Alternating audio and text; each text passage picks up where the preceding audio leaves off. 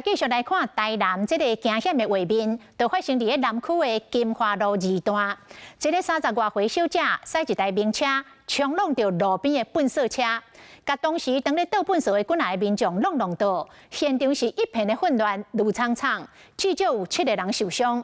初步研判，可能是这女驾驶细心，无注意到车前的状况。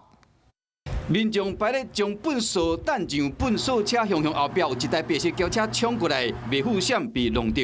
一个女性倒伫引擎挂，另外一个查甫的倒伫车轮边啊，表情真痛苦。有人倒伫被弄歹去的车斗铁架边啊，爬袂起来。大家一个吊颈过了后，哀甲大细声，赶紧叫救护车。汹涌大，爆一小个大声，人错一条啊！安尼早人哀叫，迄个乌甲送哦。 要倒粪扫，迄个去有弄者，来弄着我手。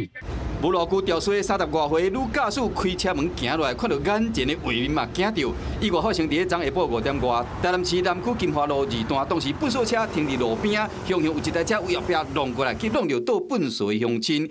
其中一个查甫的双耳卡开放性的骨折，伤势较严重，被送去病院治疗。2位太太，然后瘫坐在地上，他们被撞就是因为他们排队站在那个车斗后面，垃圾车斗后面，在排队倒垃圾。当时肇事车除了女驾驶，车顶还载另外一个人。警方一个检测了后无啉酒，初步的判断应该是无注意到车头前的状况造成车祸。那不过是安少年过咧耍啊，用刀爆一个弄我大声诶。救护车将5名民众现场送往各家医院救治。 其余民众自行就医。垃圾车后方铁架出现架也损坏。这个意外尚无造成7个人受伤，粪扫车歹去部分，环保局嘛要求肇事者赔。